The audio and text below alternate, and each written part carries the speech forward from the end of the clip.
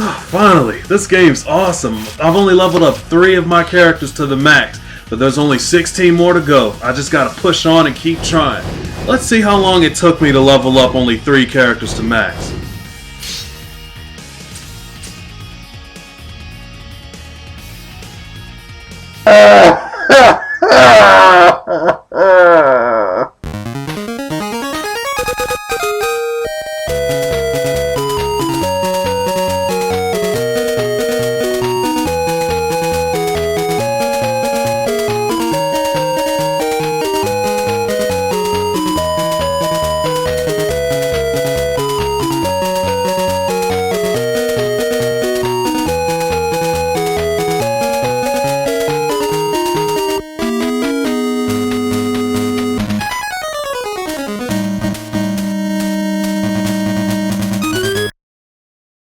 Greetings, ladies and gentlemen, this is RenewedSpark here.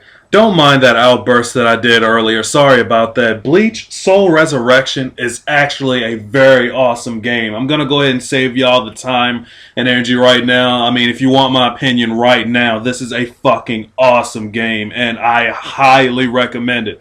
Otherwise, I wouldn't have put 64 fucking hours into it. But I'm about to explain in a little bit why my time is absolutely fucking outrageous in that game. But before I begin my review of Bleach Soul Resureccion, I want to give a brief history of, how I first got into the Bleach series. Okay, while I'm talking to y'all about my history of Bleach, this is actually the anime intro to the game that plays when you first turn the game on. I would show footage straight from the Bleach anime, but I don't want to get in any trouble for copyrights, because trust me, my original account, Masterlink55, was removed due to copyrights. Anyway, a long ass time ago, I was just browsing this website called PlayAsia.com. I've mentioned it a few times in previous videos, like when it comes to importing Japanese games. I had some money on my debit card to blow. I wanted a new fighting game for my PSP, so I was browsing PlayAsia, and my cousin figured, I might be able to find something pretty decently priced, a really good game on there, and I came across this game called Bleach Heat the Soul. I still have it to this day. And the cover art for the game, it looked very interesting. I had never heard of Bleach a day in my life.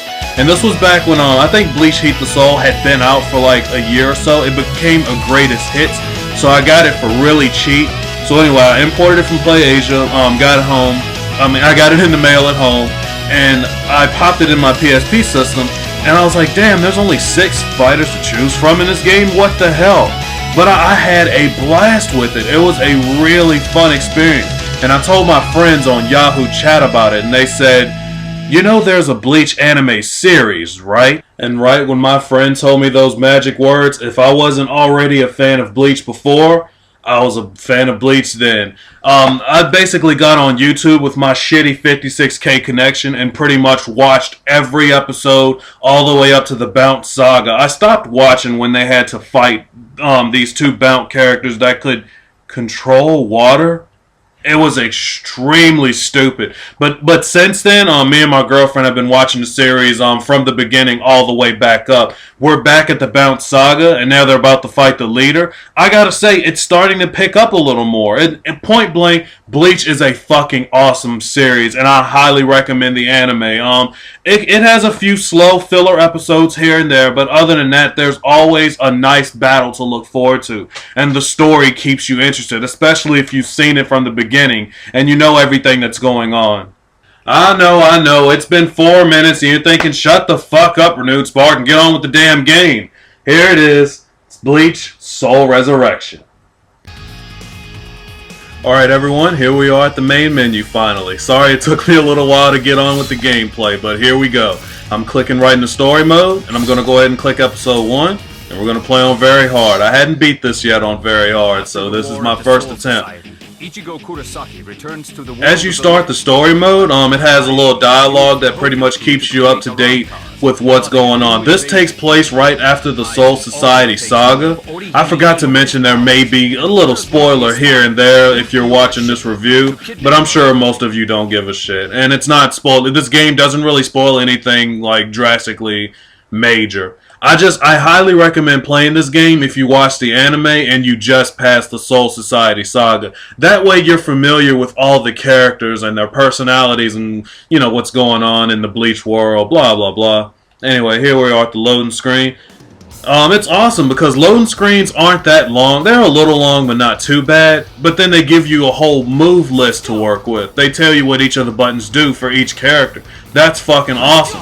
By the way, speaking of characters, there's a total of 19 characters that you can play as.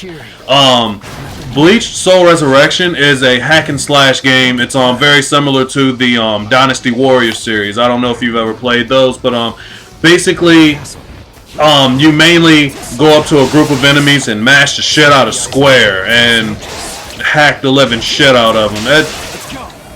And it's not just that simple. There's a little more that you can do than just that. Like, you can press triangle to fire projectile attacks, and circle does a more powerful move. Your triangle and circle attacks use up the spirit gauge, the blue meter up there at the top. The yellow gauge up there is your life. Needless to say, when that reaches zip, it's game over.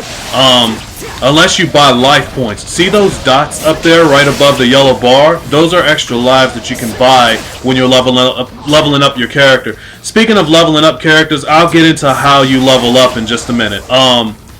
So basically you hack enemies up, and you see where it says that slash over there on the left? That's basically my combo that I keep going. That I keep rising, whatever the hell, sorry.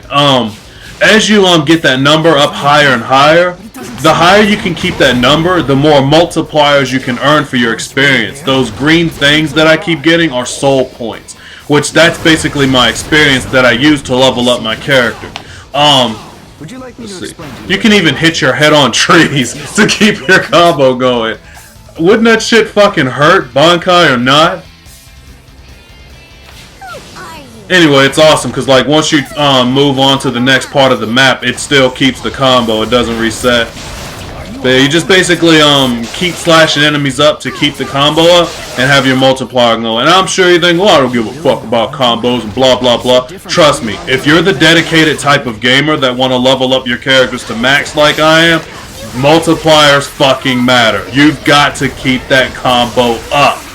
Again, I'll get more into leveling up in a little bit. When you slice up enough enemies, see that red meter on the left side? That's your ignition gauge. When it gets full, tap the L2 button, and you'll power up. My slash reset. Oh, well, it doesn't matter. Ichigo's maxed out. Basically, when you're in ignition mode, by pressing L2, you, basically, your character glows, your attack power increases, or your speed increases. You basically get all these neat bonuses. Allows you to dish out more damage or move faster or whatever the fuck. But while it's activated, the meter over there slowly goes down. Unless you hit enemies, then it basically goes up a little more. Before the meter reaches all the way at the bottom, be sure to press L2 again.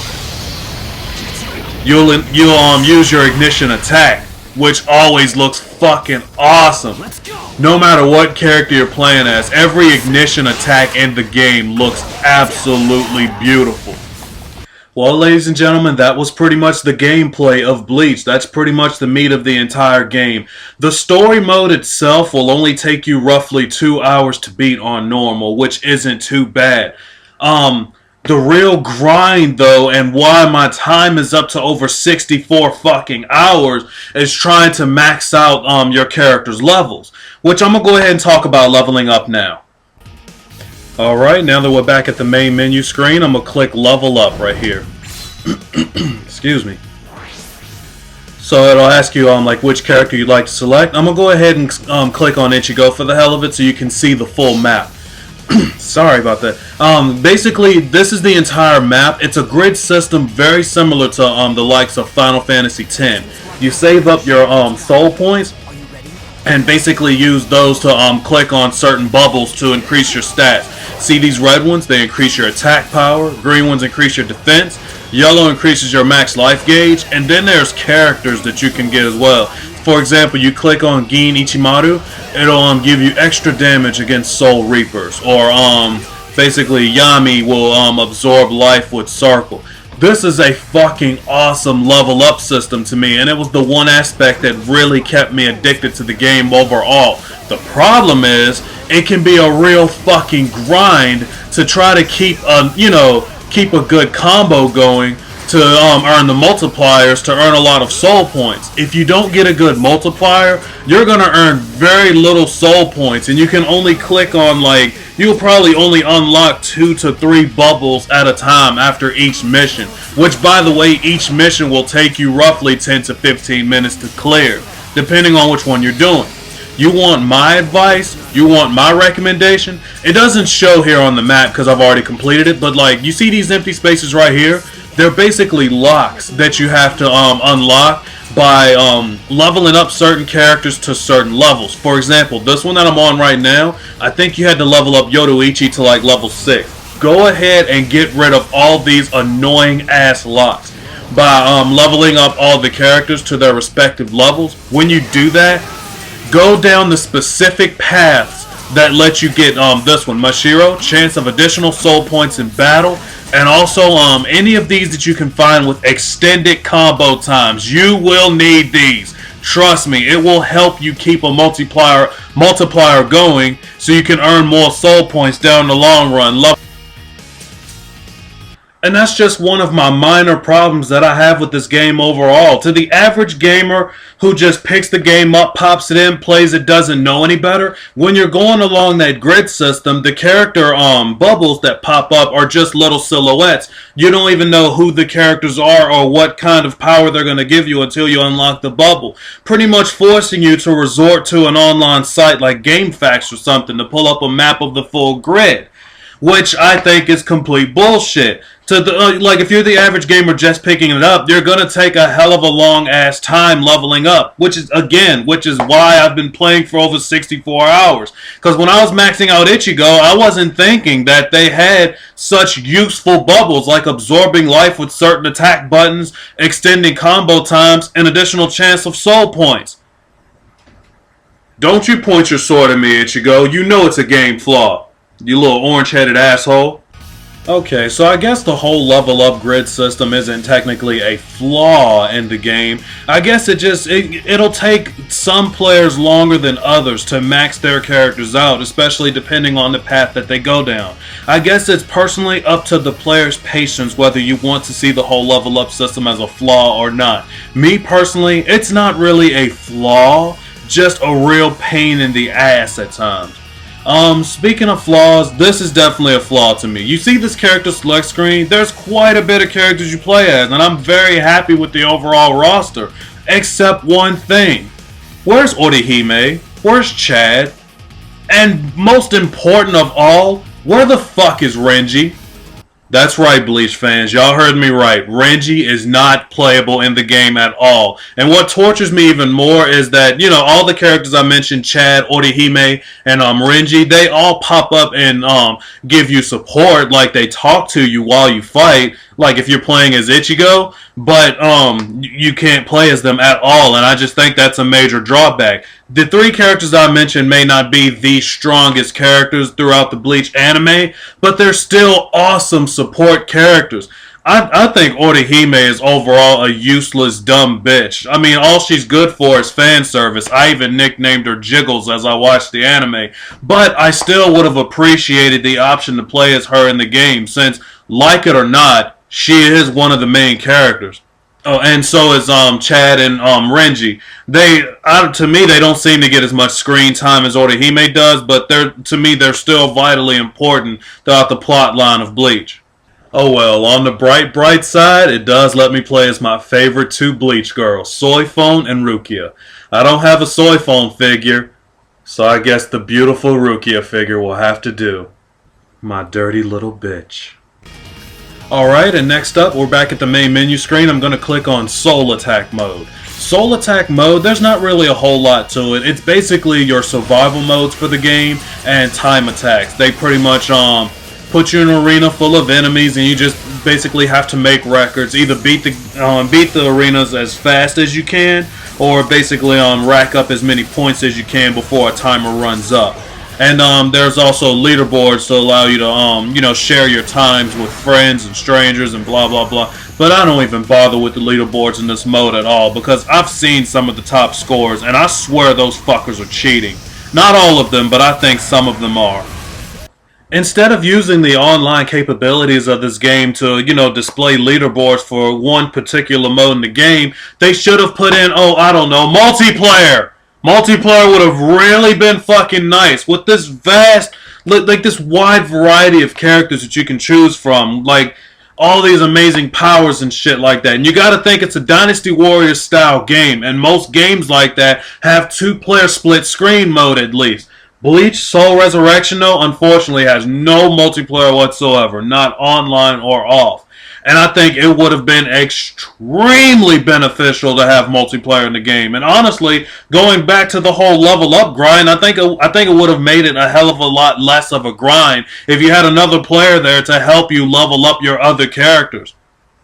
And last but not least, the last mode to show off is the mission mode. It's just like I said a long ass time ago in my review of Street Fighter Cross Tekken. Fuck mission mode! The gameplay that you're seeing right here is basically the beginning of the final mission of the game on Very Hard. Which, I mean, this doesn't even, like what you're seeing here doesn't even justify how fucking hard mission mode really is. Anyway, like most other games, mission mode is a mode where they basically, they give you different conditions to do, like you have to beat this stage, without much health, or one-hit kills on both sides, you can't use your spirit gauge, and shit like that. Mission mode starts off, like on normal mode, it's not really all that bad, and it's the ideal mode that you have to play to level up your character. You can especially grind Mission 7, which is really short, easy. It's in a closed arena, and you can max out your combos pretty fucking easily. But as you progress further and try out the higher difficulties, and when you make it up to the Mission 20s, even when you're playing on normal, if you're careless, even in the slightest, you're gonna get your fucking ass handed to you. If you're a completionist and you hope to, you know, level up your characters to max, unfortunately, mission mode is the main one that you're going to be playing. I know I mentioned back there that mission mode will be the last thing that I talk about, but this is truly the last thing, I promise you all. One thing that I try to do throughout all of my reviews, if I remember to do it, is talk about achievements and trophies and shit like that. And of course, Bleach Soul Resureccion thankfully has trophies. This is what I'm talking about, like, why the game is so fucking time-consuming and 100% complete. Because there's trophies in here. Let me see if I can find one. See that? Complete all missions? Because mission mode is such a bitch, that takes a long-ass time. And you see this one? Oh, fucking God. This one is insane to do. I know it probably doesn't seem that difficult to some of you, but my God, it can be a grind. And let me see if I can find it. Now do you understand? See that? Max out all characters' levels. And you've seen it at the beginning of this video. It took 64 hours for me to max out just 3 characters. And this is without the help of any online guide or anything like that. So I'm telling you, getting some of these trophies, they'll come to you naturally as you enjoy the hell out of the game. But again, some of them, a pain in the ass. That trophy is appropriately named. Well, ladies and gentlemen, that was Bleach Soul Resureccion. I fucking highly recommend this game overall. But, you know what? It's not for everyone. If you're not a huge fan of anime or all things weird Japanese type, you may not really get into this game very much.